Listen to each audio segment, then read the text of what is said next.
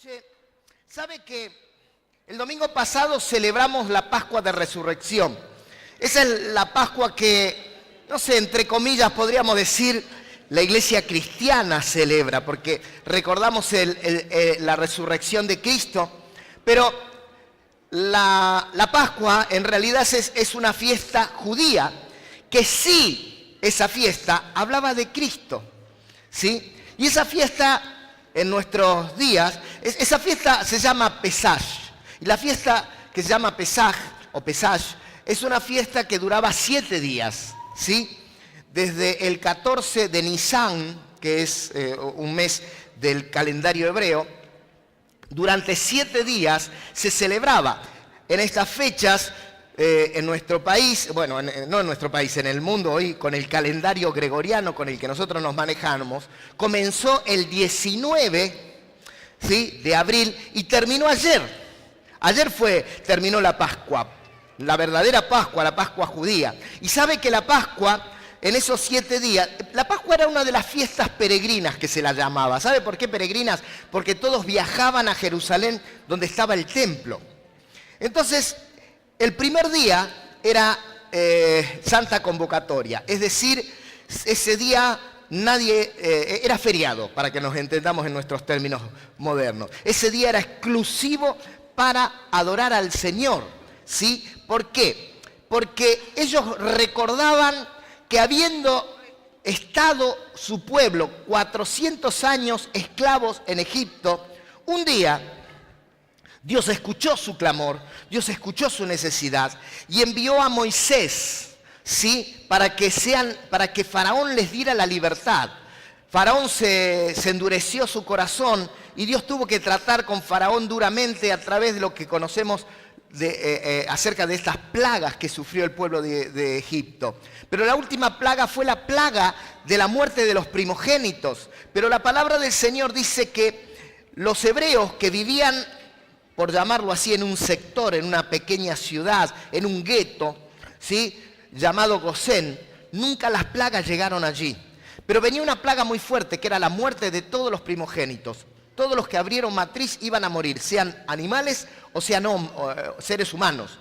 Entonces, Dios le habla a Moisés y le dice al pueblo que sacrifiquen un animal, ¿sí? Tenía que ser un cordero que no tenía que tener ningún defecto, y ese cordero tenía que ser degollado y con su sangre tenían que pintar los dinteles de su casa y todos juntos esa noche comer el cordero, ¿sí? No tenía que quedar nada. Si algo quedaba lo tenían que incinerar, ¿sí? Entonces, esa sangre era señal para que cuando el ángel de la muerte pasara por Egipto, no los afectara a ellos y ninguno de sus hijos murieran. A partir de eso, Faraón, luego de la mortandad de todos los hijos primogénitos, él dice que se vayan todos los hebreos, todos los israelitas.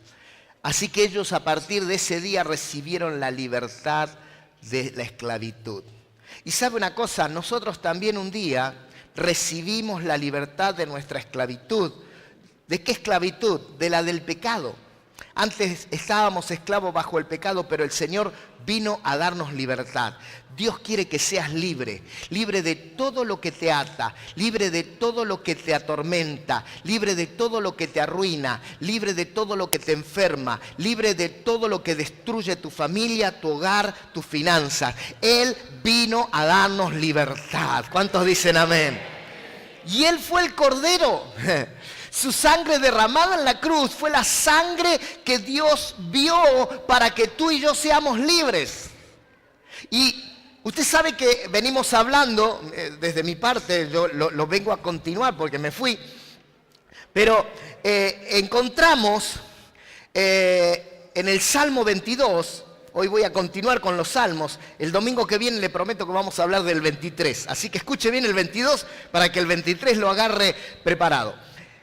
El Salmo 22 es increíblemente emocionante, como el rey David, escuche esto, 1000 años antes que Jesús fuera crucificado, él habló y profetizó, si se podría usar la palabra, sobre la crucifixión de Jesús. ¿Escuchó eso? 1000 años antes. David no tuvo la oportunidad de estar presente, pero ahora vamos a leer el Salmo y usted va a creer que él estuvo presente por lo que él dice. ¿Sí? Así que vamos a ir viéndolo por parte, vamos a ir despacito, pero vamos a ir progresando. ¿Sí? Este Salmo que se escribió hace 1000 años atrás, habla de la crucifixión, habla de la resurrección y habla de la comisión que Jesús nos dejó. ¿Sí? Y es increíble ver cómo David lo relata, ¿no? No solo escribe, y escuche esto y ya lo vamos a ver, no solo escribe lo que sucede en lo natural, en lo físico, en las cuestiones físicas, sino también él tiene una visión de lo que sucedía en el mundo espiritual.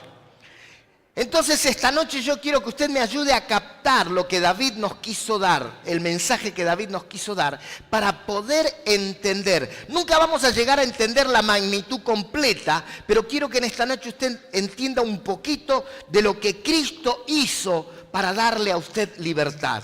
Si usted en esta noche no se siente libre, usted en esta noche necesita recibir la libertad que Cristo nos da. Amén.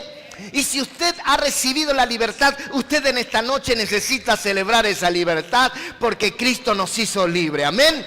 Así que esta noche será una noche de celebración. Dice que el último día del Pesaj, el primero era Santa Convocatoria y el último también. Hoy en la modernidad el judío celebra 8 días porque como los días no caen justo, entonces para que no quede un día afuera, ellos celebran 8 días. Y ayer fue el cierre. Para los judíos fue un día de fiesta, fue un día de celebración. Y nosotros también celebramos a un cordero.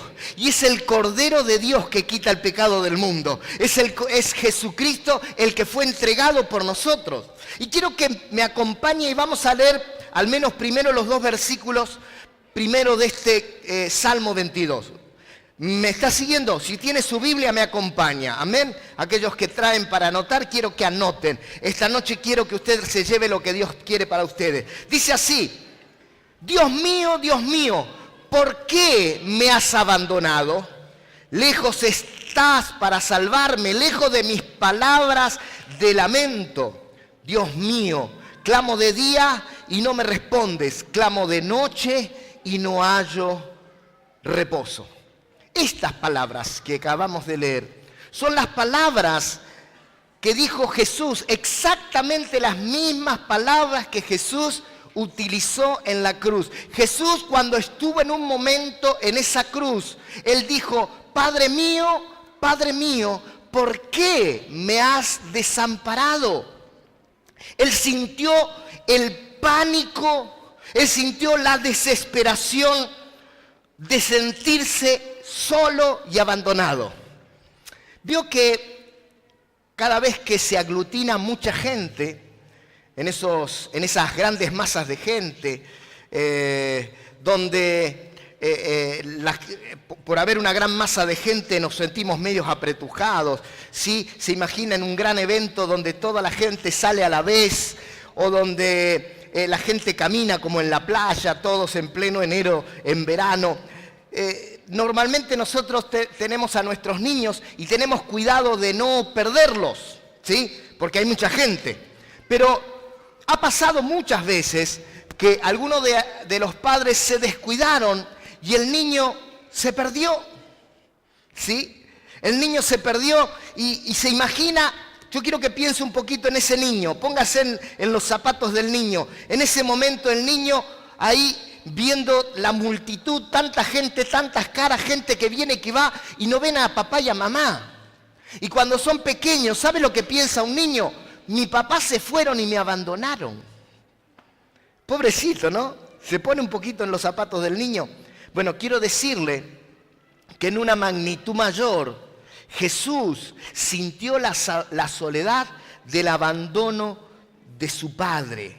De repente, esa maravillosa presencia, esa dulce presencia, esa hermosa compañía del Padre que Él vivió desde siempre, desde la eternidad pasada. Él la había vivido y de repente Él se encuentra totalmente solo. El Padre lo abandona, el Padre lo deja.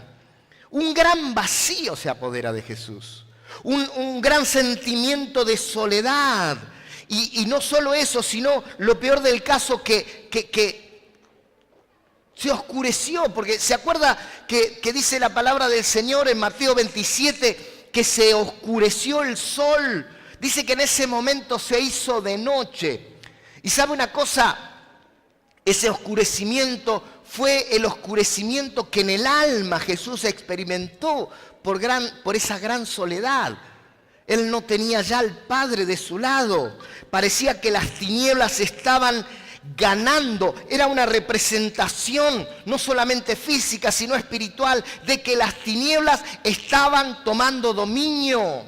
Parece que Satanás estaba ganando. Y piensa en la imagen un momento. Todo oscuro, Jesús colgando en esa cruz, todo maltrecho, todo golpeado, lleno de sangre, sufriendo y doliéndose. Parecía Satanás estaba haciendo el festín porque creyó que estaba ganando. Por eso el verso 2 decía, clamo de noche y no hallo reposo. Cuando parecía que las tinieblas estaban ganando. Uno se pregunta, y quizás esta pregunta es válida entre todos nosotros, ¿por qué el Padre lo dejó en su peor momento, en ese momento tan tremendo? Bueno, fíjese lo que dice el versículo 3 del Salmo 22, ¿sí? Pero tú eres santo, tú eres rey, tú eres la alabanza de Israel. ¿Por qué Dios lo abandona? Porque el Padre es santo. Y en ese momento, todos los pecados de la humanidad, escuche esto, todos los pecados de la humanidad estaban sobre Jesús. Todos, absolutamente todos los pecados vinieron sobre Jesús. La santidad de Dios no podía estar ahí. Lamentablemente, Él tenía que cargar todos nuestros pecados para poder librarnos de ellos, si no, no podía librarnos. Dice en 2 de Corintios, capítulo 5, verso 21, dice, al que no conoció pecado, por nosotros lo hizo pecado. No solo cargó nuestros pecados, lo hizo pecado. Es decir, Él y todos los pecados del mundo fueron uno. Y dice que el que no conoció pecado, por nosotros lo hizo pecado. ¿Para qué? Para que nosotros fuésemos hechos justicia de Dios en Él. Aleluya, ¿cuántos alaban al Señor en esta noche? La intencionalidad de aquella muerte, la intencionalidad de entregarse Jesús voluntariamente para ser colgado en esa cruz y experimentar esa soledad, llevando todos nuestros pecados, tenía un propósito. Y el propósito dice para que nosotros fuésemos hechos justicia delante de Dios.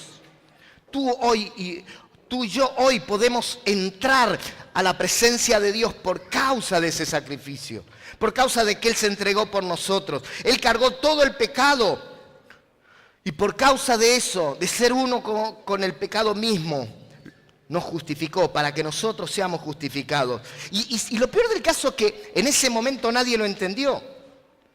Los judíos no entendían lo que estaba pasando.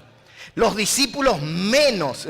Los discípulos estaban pensando, pero ¿cómo? Si Él dijo que era el Mesías, mirad lo que está sucediendo, ¿cómo puede ser? De hecho, escuche lo que le digo, ni Satanás ni el diablo entendió lo que estaba pasando. Porque el diablo se creyó que estaba ganando. El diablo se creyó que él estaba teniendo la victoria, lo tenía muerto. Jesús, ¿y ahora? Vamos, dile al Padre que te salve. Y no sucedía nada. Mire lo que dice el versículo 4 del Salmo 22. En ti confiaron nuestros padres, confiaron y tú los libraste. A ti clamaron y tú los salvaste. Se apoyaron en ti y no los defraudaste. Pero yo, escuche esto, pero yo, gusano soy y no hombre. La gente se burla de mí, el pueblo me desprecia. Y présteme atención a esto. Es interesante que la palabra gusano en realidad es un gusano específico al que se refiere. La traducción solo dice gusano, pero el original hebreo dice tolat, y es lo que se conoce como el gusano carmesí. Le explico para que usted me entienda. Este gusano se utilizaba, mejor dicho, se lo aplastaba primeramente, ¿sí? Se juntaban todos estos gusanos carmesí y estos gusanos se los aplastaban y con su sangre, escuche, con la sangre de estos gusanos se hacía una pintura que se usaba para teñir las vestiduras que la realeza usaba. ¿Me escuchó? Este gusano tolat, se utilizaba con su sangre, luego de haber sido aplastados, para teñir la sangre que usaba la realeza. Jesús, mis hermanos, Jesús también fue aplastado por el peso de todos nuestros pecados. Y su sangre, esa que derramó en la cruz, hoy nos viste con ropas reales en el manto de la justificación, en el manto de la justicia. Él fue aplastado, hermanos, para que pudiésemos ser reyes y sacerdotes para Dios. Él cambia con su sacrificio en la cruz del Calvario. Él viene a traer una nueva naturaleza a tu vida. Por el sacrificio de Jesús, el Padre cambia nuestras vestiduras, nuestros harapos de esclavos, nuestros harapos de hombres impotentes, de hombres limitados, de hombres sufrientes, son cambiadas por las ropas reales de una nueva criatura, mis hermanos. Quiero que entienda esta realidad. Él no remienda tu vida, Él te da una vida nueva. ¿Se acuerda la parábola del hijo pródigo? El hijo pródigo se fue de casa del padre. Vivió la vida desordenadamente. Y dice la palabra del Señor que las consecuencias de una vida desordenada llegaron a él. Y sabe, quiero decirle algo. Siempre una vida desordenada tiene consecuencias sobre nosotros. La paga del pecado es muerte. O sea, cada vez que nosotros vivimos desordenadamente, lejos de Dios, bajo el pecado viene a cobrarte. Viene a cobrarte con tu vida, con tu felicidad. Viene a cobrarte con tu familia, con tus finanzas, con tu salud. El diablo viene a cobrar. Pero dice la palabra del Señor que el hijo pródigo volvió en sí, dice. Y volvió a su padre. Él vino con un discurso como a decir: Señor, Padre, yo no merezco nada de vos. Pero antes de que él se expresara, dice la palabra del Señor que el padre corrió al hijo, lo abrazó y luego de besarlo le dijo a sus sirvientes: vamos muchachos, hagan algo, cámbienle los zapatos, pónganle calzado en sus pies, cámbienle las vestiduras y denle un anillo nuevo. ¿Y sabe qué? Eso habla de lo que Cristo hace en nosotros cuando nosotros nos venimos a Él. Cuando nosotros nos volvemos a Cristo, Él nos cambia la vestidura. Él cambia nuestras vidas. Dios no trae reproches, hermanos. Dios trae una nueva oportunidad. Él te da una vida nueva. Él no viene a tratar de cambiar tu carácter. Él quiere darte un carácter nuevo. Él no viene a cambiar tu vida. Él viene a darte una vida nueva. ¿Me está entendiendo? El Señor viene a darte vida nueva. Dice el verso 7, cuando me ven, se ríen de mí, lanzan insultos, meneando la cabeza. Confía en el Señor, pues que el Señor lo ponga a salvo. Ya que en Él se deleita, que sea Él quien lo libre. Mire lo que estaba diciendo el salmista David. Él estaba diciendo que lo iban a degradar con estas palabras. Bueno, ¿dónde está tu Dios? Que te salve tu Dios. A Jesús, hermanos, lo ridiculizaron exactamente igual. Lo insultaron de esta manera. Dice que los judíos lo veían pasar y meneaban la cabeza como diciendo: pobre loco, Pobre infeliz, se creía hijo de Dios. ¿Y dónde está su Dios? ¿Por qué no lo salva su Dios? De hecho, muchos le decían, si eres hijo de Dios, baja de esa cruz. ¿Se imagina? Porque él era el hijo de Dios. Y él podía hacerlo. Él en un momento a Pilato le dijo, ¿sabes una cosa, Pilato? Yo podría pedirle a mi padre y él enviaría legiones de ángeles para rescatarme. Y él en esa cruz, hermanos, podría haberse bajado, pero no lo hizo.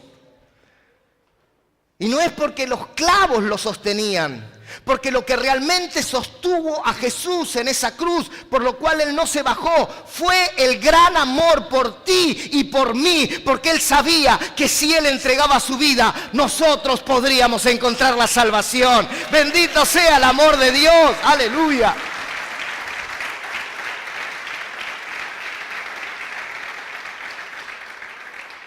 Mateo capítulo 27 parece ser un paralelo, parece ser una copia de lo que es el Salmo 22. 1000 años pasaron, 1000 años antes de que sucediera. Y el salmista David hablaba y decía todas estas palabras. Mire lo que dice el verso 9. Pero tú me sacaste del vientre materno. Me hiciste reposar confiado en el regazo de mi madre. Fui puesto a tu cuidado desde antes de nacer. Desde el vientre de mi madre, mi Dios eres tú. ¿Sabe de qué está hablando? Él está hablando acerca de su nacimiento virginal. De que él nació de una mujer virgen. Es decir, que no intervino un varón, un padre. Por eso él habla de que solo la madre lo cuidó, solo la madre lo tuvo. Adán, escuche, Adán, por causa de su pecado, él nos heredó su condición de pecador. Y dice la palabra del Señor que por la transgresión de uno, todos fuimos contaminados. Es decir, todos heredamos la contaminación de la muerte de Adán por causa del pecado, de ese error, de ese pecado de Adán. Pero el Salvador, el que nos viniera a salvar, el que nos tendría que salvar, tenía que ser diferente, no podía ser de la misma naturaleza, porque Adán no tuvo poder para salvarnos, por lo tanto el que venía tenía que ser diferente. Y Jesús nació de una manera diferente.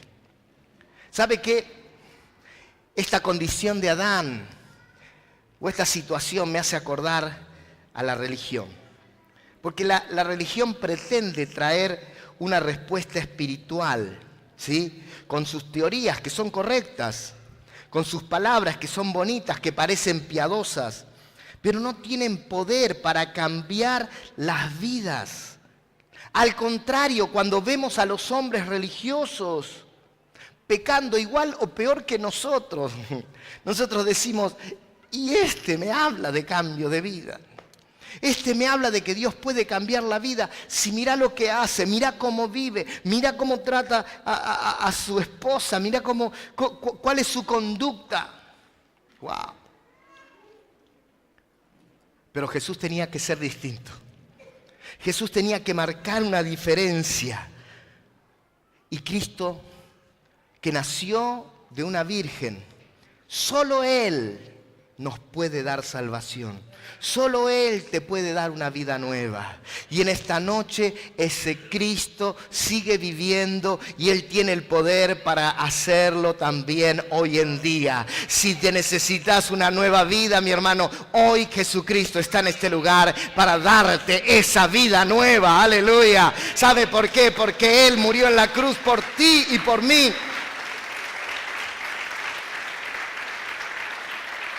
Él era el Hijo de Dios, el justo, muriendo por los injustos. Bendito sea el Señor. Mire, el verso 11 dice, no te alejes de mí, porque la angustia está cerca y no hay nadie que me ayude. Oh, él se sintió solo.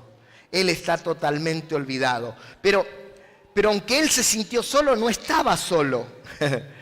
Porque espiritualmente había una escena que quizás los que estaban presentes en la crucifixión no pudieron captarlo, no pudieron verlo, porque no era visible la cosa, sino era en el mundo espiritual.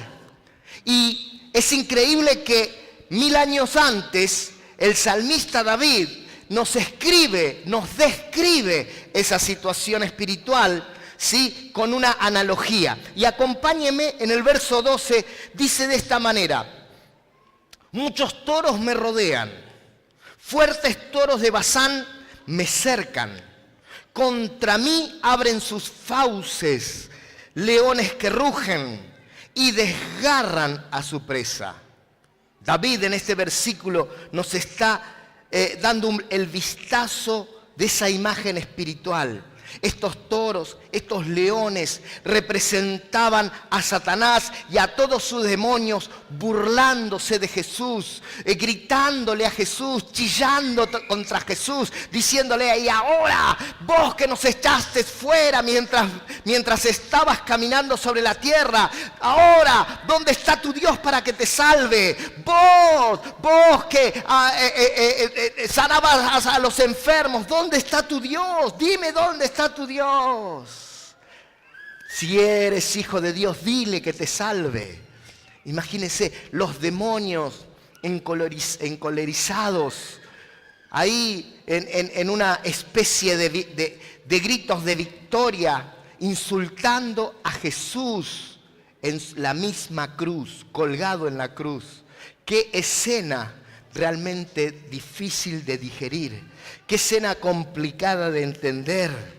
Los demonios se deleitaban y acosaban a Jesús. Y dice el versículo 14 y 15: como agua he sido derramado, dislocados están todos mis huesos, mi corazón se ha vuelto como cera y se derrite en mis entrañas. Se ha secado mi vigor como una teja, la lengua se me pega al paladar, me has hundido en el polvo de la muerte. Usted sabe que cuando a Jesús lo crucificaron, ¿sí?, a él lo crucifican acostado, clavan sus manos, clavan sus pies, lo hacen con la cruz acostada y hacen una perforación para que ahí pudiera entrar el palo de la cruz. Y cuando él es levantado de una manera absolutamente nada delicada, él es soltado y ese palo cae, ¡tac!, y ahí Jesús es sacudido de una manera tal, donde sus manos estaban clavadas y sus huesos fueron dislocados. Ahí él sufre, ahí él está colgado en la cruz. Ahí está sufriendo. Esto era el sufrimiento que todas las víctimas de crucifixión experimentaban. Dice el verso 16: como perros de presa me han rodeado, me han cercado una banda de malvados, me han traspasado las manos y los pies. ¡Wow! Parece que David estaba en la crucifixión. Es increíble, parece que David estaba viendo el momento de la crucifixión. ¿Sabe que los judíos denominaban a los gentiles, o sea, a los que no eran cristianos, como perros? Ellos le denominaban así. Y a Jesús lo crucificaron los romanos, es decir, un pueblo no judío, ¿sí? Y usted fíjese cómo David dice: los perros me rodean. Ellos me han rodado, me cercaron bandas de malvados y me han traspasado las manos y los pies. Escuche, la crucifixión, y quiero que entienda lo que trato de en esta noche de que usted vea. La crucifixión no era algo judío. Los hebreos no tenían idea de lo que era la crucifixión, y mucho menos 1000 años atrás. La crucifixión fue más precisamente un invento romano para meterle miedo a los rebeldes, aquellos que no querían someterse al gobierno romano, al imperio romano. Y a través de esa crucifixión era meter ese temor de decir: jamás voy a traicionar al imperio. Es decir, David no tenía idea de lo que era la crucifixión. Sin embargo, él dijo: mis manos fueron traspasadas y mis pies fueron traspasados. Es increíble cómo el plan de Dios fue diseñado. Apenas Adán pecó, Dios ya le habló acerca de esto. ¿Y sabe por qué? Porque Dios ya tenía planeado salvar tu vida. Antes que Adán pecara, Dios ya sabía que tú estarías en este lugar y que esta noche tú recibirías una palabra de bendición para tu vida, para el cambio, para la transformación, para la renovación de tu vida. Bendito sea el Señor. Dios es un Dios eterno. Por eso dice que su amor es un amor eterno. Esto lo hace más sorprendente a lo que David está relatando. En el verso 17 dice: puedo contar todos mis huesos con satisfacción perversa. La gente se detiene a mirarme. A Jesús, ¿sabe qué? Lo colgaron desnudo.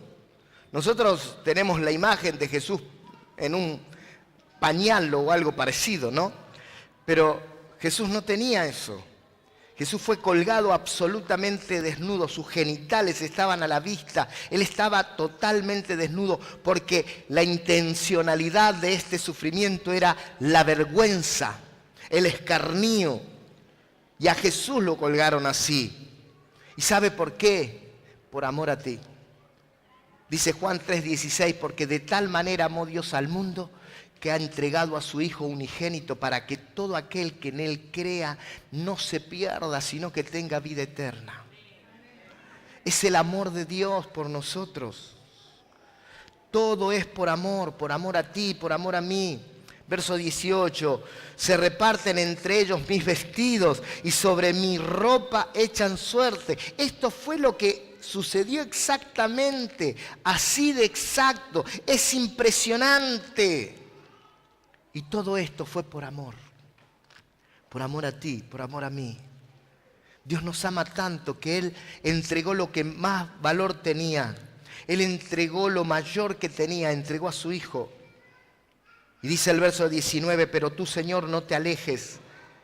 Fuerza mía, ven pronto en mi auxilio. Dice, libra mi vida de la espada, mi preciosa vida del poder de esos perros. Aquí la palabra líbrame de la espada es una palabra que podría traducirse, o una frase que podría traducirse más bien, libra mi alma de la muerte. Libra mi alma de la espada, libra mi alma de la muerte. Eso ¿sabe de qué habla? De que solo Jesús, no solo su cuerpo fue entregado, no solo sufrió corporalmente, sino que también sufrió en su alma. Él también derramó su alma. Eso es lo que dice Isaías 53, dice que Él derramó su alma hasta la muerte. No creo que lleguemos a entender toda la magnitud de ese sacrificio por nuestra salvación, pero estoy intentando que usted pueda comprender lo más que pueda. David nos trae esta revelación en el Salmo 22 para que podamos entenderla. ¿Y sabe qué? Una vez que la justicia divina fue satisfecha, una vez que ese sacrificio en la cruz del Calvario hecho por Jesús, por ti y por mí, pudo satisfacer la justicia divina. Es decir, en otras palabras, tus pecados fueron puestos a cuenta, tu deuda fue saldada. Inmediatamente el Espíritu Santo vino desde los cielos al tercer día y lo resucita, levantándolo victorioso sobre la muerte y el infierno. Al tercer día Jesús resucitó. Oh, el Espíritu Santo hizo la obra. El Espíritu Santo lo levantó. ¡Aleluya! Y la profecía que Dios le dio allí a Satanás en el Edén cuando engañó al hombre, se estaba cumpliendo. Dios le dijo: la simiente de la mujer en pronto aplastará tu cabeza. Aleluya. Ahí se levantó Jesús victorioso, se levantó venciendo la muerte y aplastó la cabeza del diablo. Aquel que creía que había vencido, aquel que había rodeado con sus demonios a Jesús para burlarse e insultarse, no estaba entendiendo nada. ¿Qué está pasando? Si logramos matarlo, si lo destruimos, pero al tercer día se levantó victorioso sobre la muerte y sobre el pecado. Bendito sea el Señor. Cuando Jesús resucita, Él hace un espectáculo con los poderes del infierno. Dice que cuando Él resucita, algo extraordinario comienza a suceder en el mundo espiritual, muy paralelo a lo que sucedían en las guerras de aquel tiempo. Y en el libro de Colosenses relata el apóstol Pablo, dice que cuando Él murió en la cruz del Calvario, dice que Él estuvo anulando el acta de los decretos que había contra nosotros. Aleluya. Quiero decirte que no importa qué grande haya sido tu pecado, que no importa qué mal te hayas comportado, no importa aún cuánto hayas desobedecido al Señor, el Señor tomó las actas que eran contrarias y las clavó en la cruz del Calvario, para que ya el diablo no pueda acusarte, para que el diablo no pueda robarte, para que el diablo no venga a cobrarte.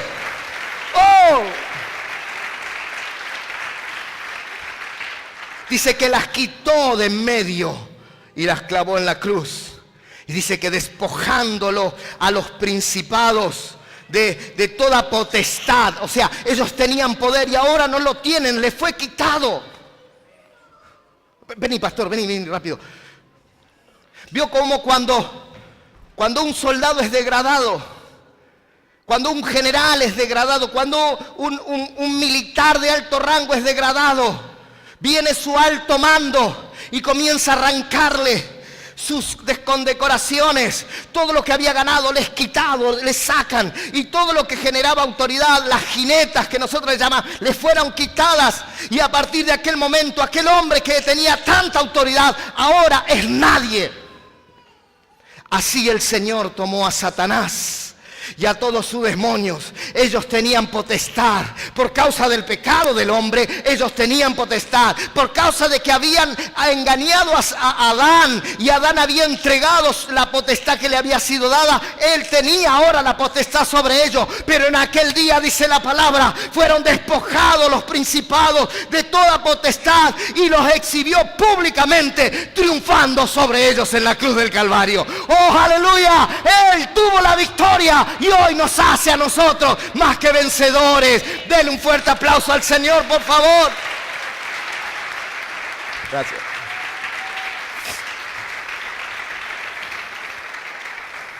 ¿Y sabe qué? Jesús se levantó triunfantes y puso un pie sobre la cabeza de Satanás y puso otro pie sobre el reino de las tinieblas y levantó las llaves de la muerte y del infierno y declaró: he aquí, yo soy el que estaba muerto, pero ahora vivo. Aleluya. Bendito sea el Señor. Esa es la victoria gloriosa que Cristo tuvo en la cruz del Calvario luego de pagar por nuestros pecados. ¡Wow! Jesús se puso en pie. Jesús muestra la victoria. Y de repente el salmista David cambia radicalmente con su relato. Él venía hablando del sacrificio. Él venía hablando del ofrecimiento. Pero algo sucede, y fíjese lo que dice el verso 22. Proclamaré tu nombre a mis hermanos, en medio de la congregación te alabaré. ¿Por qué pasó este cambio? ¿A qué se debió este cambio? Porque Él ya había resucitado. Él ya había vencido el pecado y la muerte. Y ahora había una buena noticia que transmitir. Aleluya. Esta noche hay una buena noticia para tu vida. No me importa cuántos demonios quieran destruir tu vida. No me importa si el mismo infierno se levanta contra ti. No me importa si el diablo ha venido a hurtar, matar y a destruir. Yo quiero decirte en esta noche que Jesucristo vino a darte vida y a darte vida en abundancia. Aleluya. Esta es la noche para que Dios traiga vida sobre ti. Esta es la noche para que los cambios radicales sucedan en tu vida. Hay una buena noticia. Este verso hablaba de que Él estaba compartiéndoles a sus íntimos, a sus discípulos. Sabe que Jesús resucitó, pero no ascendió al cielo hasta después de 50 días. Durante ese tiempo Él estuvo testificando de su resurrección, de su victoria en aquella tumba. ¿Y sabe qué? Luego dice el verso 28, 25. Tú inspiras mi alabanza en la gran asamblea. Ante los que te temen, cumpliré mis promesas. Aquí ya habla de una gran asamblea. Antes dijo, se lo diré a mis hermanos. La buena noticia de su resurrección primeramente fue dada a los judíos. La primera iglesia fue establecida por un grupo de judíos, gente del pueblo de Dios. Pero Él después dice, tú inspiras mi alabanza en la gran asamblea. Ante los que te temen, cumpliré mis promesas. En este verso ya habla de una gran asamblea. Esto nos denota una expansión, un crecimiento. Y sabe una cosa, Jesús les dijo a sus discípulos, a ese puñado de judíos, de esa iglesia naciente, de esa iglesia incipiente, Jesús le dice a sus discípulos que cuando viniera el Espíritu Santo sobre ellos, tenían que llevar esta buena noticia hasta lo último de la tierra. Él le dijo, ustedes me tienen que ser testigos, aleluya. ¿Cuántos en esta noche hay aquí en este lugar que tienen una buena noticia en sus vidas? Que pueden decir, sí, Cristo vive, Él vino a mi vida, Él cambió mi vida, Él llenó mi corazón, aleluya. El Señor hoy te dice a ti, quiero que seas testigo de esta buena noticia. Dice el verso 26, comerán los pobres y se saciarán. Alabarán al Señor quienes lo buscan, que su corazón viva para siempre. Esta palabra pobre no denota la falta de dinero, no tiene que ver con una cuestión económica, tiene que ver con una cuestión del espíritu, con la actitud de humildad, con la necesidad de ser humildes. La primera condición para encontrar al Salvador, para encontrar la salvación, los beneficios de Cristo, es tener la humildad necesaria de reconocer que necesitamos a Dios. El mayor pecado del hombre no fue ni el asesinato, ni el adulterio, ni el robo. El primer pecado del hombre es creer que no necesita a Dios, su autosuficiencia. Así que lo primero que necesitamos es ser humilde. Tus buenas obras, querido, nunca te podrán salvar. Por más que hagas lo que hagas, la gente cree que son sus buenas obras lo que lo van a salvar. No, lo único que te salva es el sacrificio de Cristo en la cruz del Calvario, nada más. Lo demás no tiene poder, no puede. Y dice, el final de este versículo dice, que su corazón viva para siempre. Él vino a darnos vida eterna, hermanos. Él vino a traer vida eterna para ti, aleluya.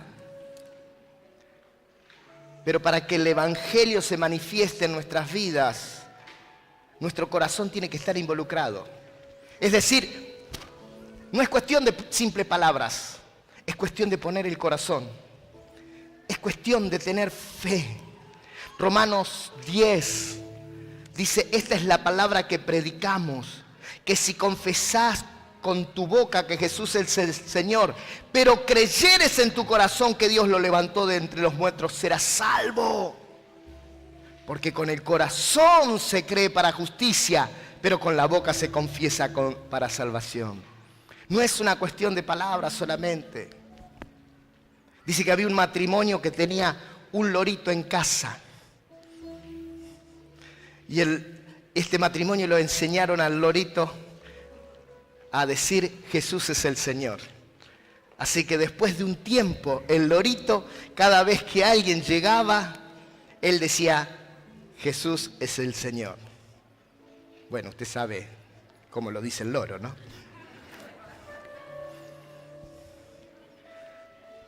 Pero quiero decirle algo. El loro decía, Jesús es el Señor, pero el loro no era cristiano porque no lo decía con el corazón. No es cuestión de simples palabras. Tu corazón tiene que estar involucrado. Tenés que comenzar desde ahí, desde adentro, desde el corazón. ¿Sabe que este asunto es de adentro hacia afuera, no de afuera hacia adentro? La religión nos quiere hacer de afuera hacia adentro. La religión dice, tenés que dejar de hacer esto, tenés que practicar aquello, tenés que poner acá, tenés que sacar allá, tenés que... Y quieren desde afuera cambiarlo de adentro, y es imposible. Pero Cristo comienza desde adentro hacia afuera.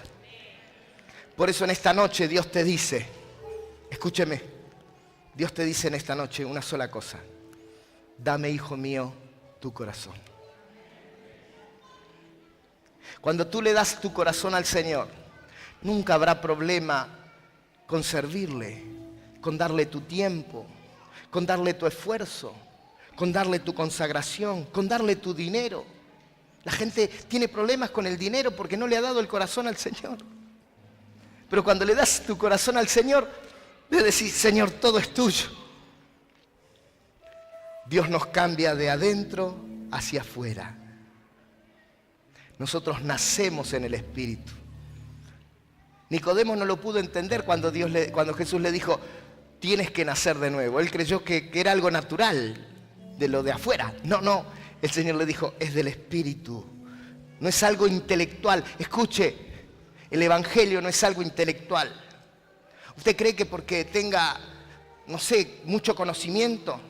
Hay gente que cree que porque tenga años de instituto bíblico, y no digo que lo haga, esto es bueno, nos da información, pero no es la comunión con Dios, la relación con Dios, el nuevo nacimiento, no es una cuestión intelectual, no pasa por tu cabeza, pasa por tu espíritu, pasa por tu corazón.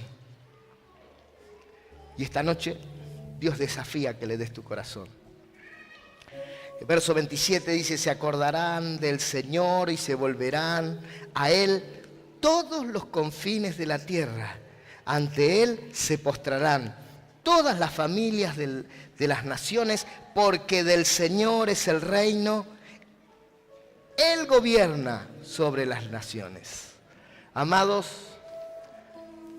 ahora nos toca a nosotros llevar esta buena noticia a todo el mundo.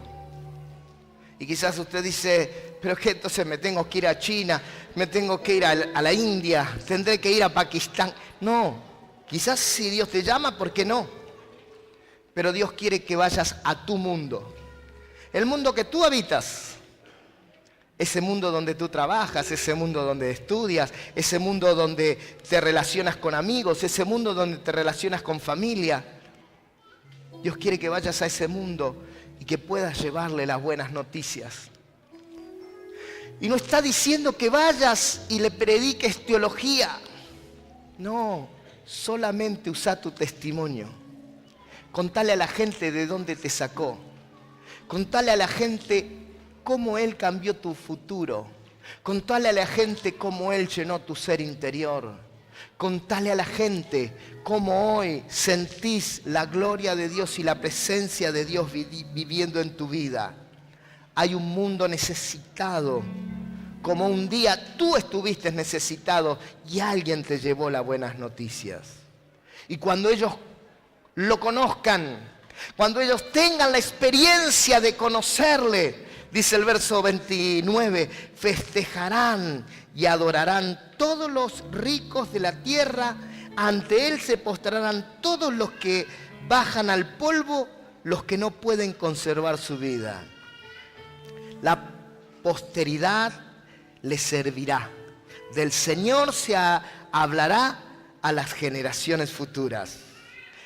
Esas generaciones futuras somos tú y yo, hermano. Nosotros somos las generaciones futuras. Alguien nos trajo la buena noticia. Y esta noche hay una buena noticia para ti. Esta noche hay una buena noticia, y la buena noticia es que el sacrificio de Cristo en la cruz del Calvario sigue latente, sigue efectivo para que tu vida sea transformada, para que todas tus ataduras sean rotas, para que seas libre de cualquier esclavitud, para que seas libre de todo lo que te esclaviza, para que puedas vivir la libertad que solo Cristo puede darte. Esta noche el Señor está aquí. Y esta noche Él quiere librarte, mi hermano. Él quiere hacerte libre. Amén. Él no quiere un poco de libertad, Él quiere toda tu libertad. Póngase de pie, por favor, en esta noche. En esta noche quiero orar por ti. Quiero pedirle a los pastores que me acompañen y me ayuden.